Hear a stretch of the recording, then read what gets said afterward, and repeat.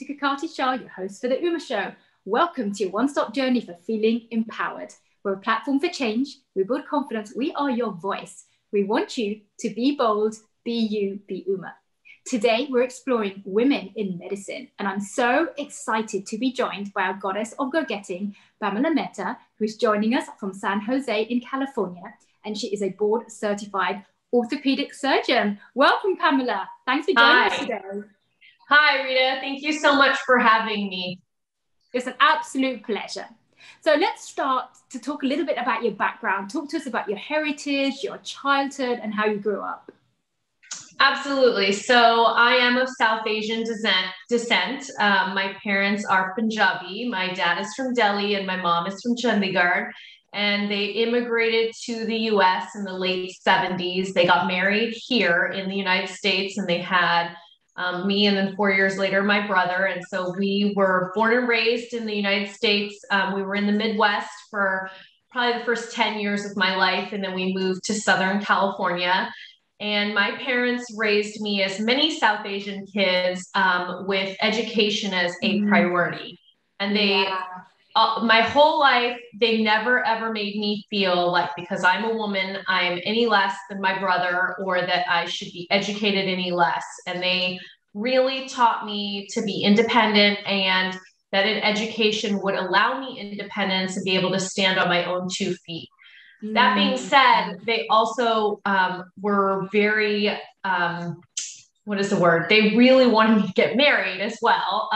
So it wasn't just education. So once I went to college, they very much were interested in me finding a man and getting married, maybe not that young, but they did want me to get married and have that be a very important part of my life, also getting married and having children. So I think in some ways it was tough because I don't think they really realized, them not being doctors themselves, that medicine is a very long journey. And because I chose surgery, it was going to be even a longer route. And that it was hard for them to understand that, you know, because I chose this career that takes a lot of hours and a lot of stamina, that I didn't have as much time to devote to my personal life in getting married. But as you know, in South Asian culture, that's a really important thing for women at a particular age. Yeah, and I'm glad you shared that, actually, because to your point, you know, education is such an important part of South Asian families, you know, education and having that stability. And I think that's what our parents bring with them when they emigrate to, you know, the US or the UK, wherever it is. But speaking of education, speaking about your journey in medicine, talk to us a little bit about how did you decide that was your career? You mentioned your parents didn't have that career trajectory themselves. So how did you sort of end up on the medicine path and becoming a surgeon? Sure. So my dad is an engineer and my mom is an accountant, and they both have higher education. But I think when they came to this country, they felt that the premier profession was medicine because you could be your own boss. And I think they felt as immigrants, that was kind of the American dream, is to be your own boss and not to be beholden to anyone. And so for them at a young age, they really stressed medicine to me. And I was the eldest in my family, and I was a good girl and listened to them. And I was good at science and math. And so I think because science and math were not hard for me in the earlier years, I sort of did go down the path that they had sort of envisioned for me. And then when I went to medical school, I really found an interest and passion in surgery. I really just loved the adrenaline, that feeling of immediate gratification of being able to fix somebody. And I think that took my parents by surprise, because I don't think their aspirations were that high for me. I think they wanted me to pick a field in medicine that I would still have some easier hours and be able to get married and have children and devote a lot of time to that. So it did take them by surprise when I told them I wanted to do surgery, and especially when I told them I wanted to be an orthopedic surgeon, because it's predominantly male dominated. And I think they were a little concerned about how I would fit into that culture.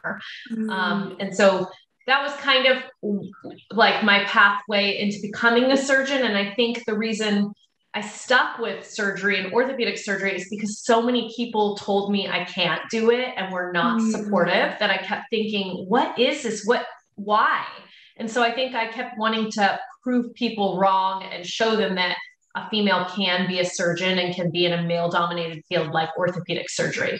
Absolutely. And I'm glad you mentioned that, actually. And also, for those fans of yours out there, you do actually have your own Instagram page, which does have a lot of material on there of women specifically and the challenges they go through as a surgeon as well. Yeah, no, I think that my platform is a lot about showing women that they can absolutely, follow their dreams when it comes to career and have a family and have a fulfilling life by being able to design that life that they want to have. I faced a lot of discrimination. Basically, the minute people realized I was going to get pregnant, because they just, and so I think that from that experience is what kind of got me to really get on social media and I have not monetized it. For me, it's more like just to show, I just want people to see that there are South Asian women that can do it. Absolutely. Surgeons or whatever else. I support women in whatever they decide that they want to do, just that they can do what they want to do and, and be able to have a fulfilling family life as well. Yeah, no, love that. And, my team have been following you for a while. I've seen a couple of posts. They're hilarious. Yeah. I love that, because the medical profession, particularly that of a surgeon, is known to be really tough, especially in terms of hours and intensity. So talk to us a little bit about your experience between balancing your career as a surgeon with your personal life. As you said, there are the critics out there and whatnot. So this is exactly what they want to know, I guess, as well. Sure. So I'm not going to lie, it was hard. It was very hard. When I was a medical student, many attendings and other doctors would say, why don't you pick a field that's easier, pick a field that's less physically demanding, less hours. Many people said, well, don't you want to have a family? If you have a family, it's going to be very hard to be a surgeon. At the time, I wasn't with anybody and I was pretty young. I was 26 and I decided I'm going to go for it. And so I applied and went to orthopedic surgery residency at Columbia in New York. It was rigorous, but I learned a lot. And when I was there, I really realized what my passions were, and it was to have a fulfilling career along with a fulfilling family life. And I really am a strong proponent of, whatever is meant to be, and timing is a lot of it. And it did take me a little bit of time to find my life partner, but I did. And he is of Indian descent as well, and he is a spine surgeon, and we are in a dual physician surgeon household and we make it work. We're very 50-50 about household responsibility. He's very supportive of my career. I'm very supportive of his. We have 3 beautiful children, but there were a lot of people along the way that didn't think I could do it, weren't very supportive. I will say that even though my parents were very proud of me, they were very concerned that I wouldn't get married. And in South Asian culture, all the aunties and uncles and the family is always asking, has she found someone? Is she married? When is she going to get married? And so there was a lot of that into my late 20s and early 30s before I finally did get married. I'm glad you actually shared that, because I was going to ask what you think needs to be changed for surgeons and the medical profession overall to help families out more, but also society as well, because this stereotype, this view, isn't just for the profession, it's everybody outside as well. So what would you say in the ideal world, if you could change things, what would you do? Yeah, so I think we have a real problem in this country where we don't support young women who want to have children and young mothers who've had their children. Right. And I think it needs to start, everywhere in corporate America, in medicine. It just needs to become part of the culture that we as women are an important part of the workforce. We are necessary. We bring something to the table that men don't. We have different characteristics. And until we feel that that is important, it's a priority, it's a necessity, then we can't get to the next step where we actually support the women when they're having children. So we have to believe that women are this important part, that we have to make whatever accommodations that a woman needs when they're going to have kids.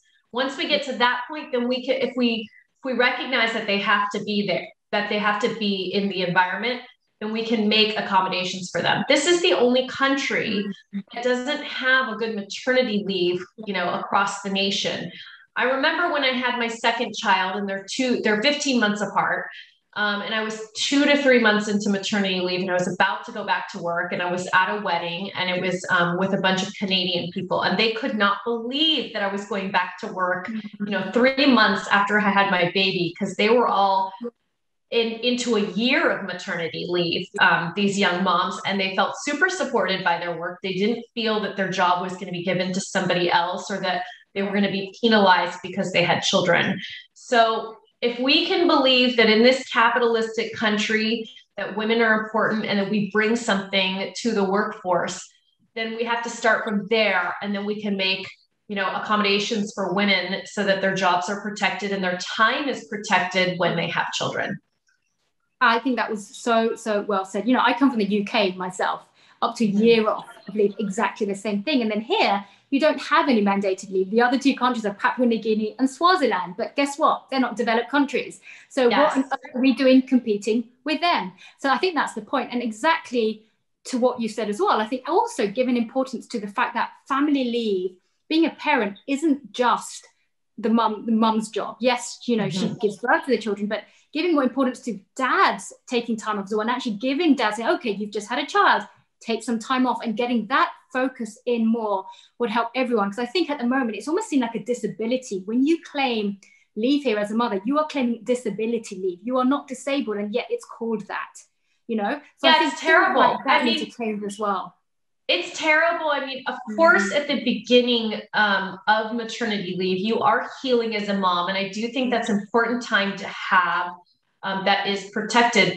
But you're absolutely correct. It's not a disability. Somebody has to have the children. And it's not just the woman that should bear all of that responsibility once the child is in the world. It should be both parents. And there should be a focus that it's necessary for both mom and dad to spend some time with their kids, and to also be able to have their job be protected. Exactly.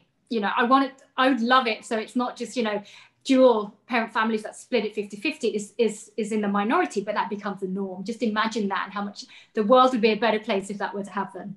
So thanks again for sharing that. So obviously we've talked upon some challenges that you've had, but challenges are part and parcel of life. But the difference is how we deal with them that strengthens who we are and how it makes us as women leaders going forward. Could you share a personal or professional challenge that you faced and how you overcame it? Yeah, absolutely. So I took a job out of residency. So that's, 4 years of medical school and 5 years of training here in the US as an orthopedic surgeon. And I took a job right after residency where it was very clear that they didn't really want to hire me because I was of an age where I was going to have children, and they didn't want to deal with that. But I took the job anyway because I thought, once I get there, they'll see how hard I work. They'll see how friendly I am. They'll see that I get along with everybody, that I'm good with patients. I'm a good surgeon. But they had it in their head that they didn't want me there. And they actively tried to push me out when I had both my children, because I had them very close together. That was a really hard time in my life because it's not that I had never failed at anything. I had never tried so hard at something and not figured out a way to make it work. And I just could not make it work. They were not supportive. They didn't want me there. And in the end, I decided to leave on my own, but it wasn't really that much of a choice.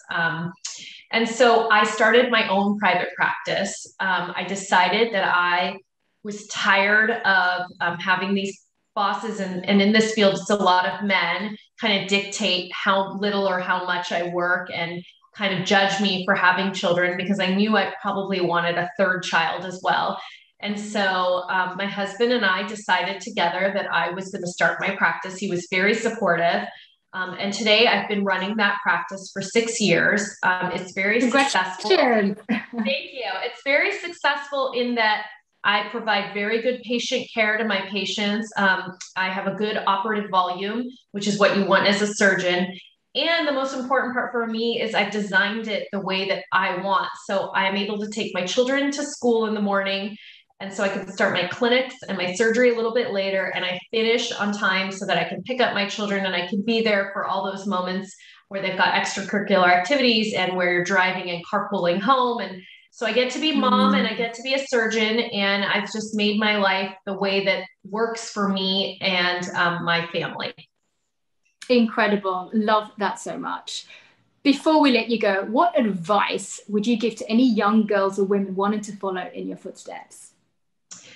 So the advice I would give young women and young men is that you can absolutely design the life that you want. You can have both a fulfilling career and a fulfilling family. Don't let anybody tell you that you cannot do it. There is always a way. And as long as you follow your passions and you stick with your core values, you will be able to do those things. The other piece of advice I have is that if you decide to go into medicine, it is a very long journey. And you have to enjoy the small victories along the way, and not to sweat the small stuff. Yeah, very, very well said. Anyone who doesn't follow you, I would really recommend they do so, because it's really, really valuable information you actually put out there as well. And it's quite funny as well, looking at some of the content as well. So wanted to thank you so much, Pam, for sharing your incredible journey with us today. And thank you to our viewers for joining us on this empowerment journey. We want you all to embrace that inner goddess of go-getting. We want you to be bold, be you, be Uma.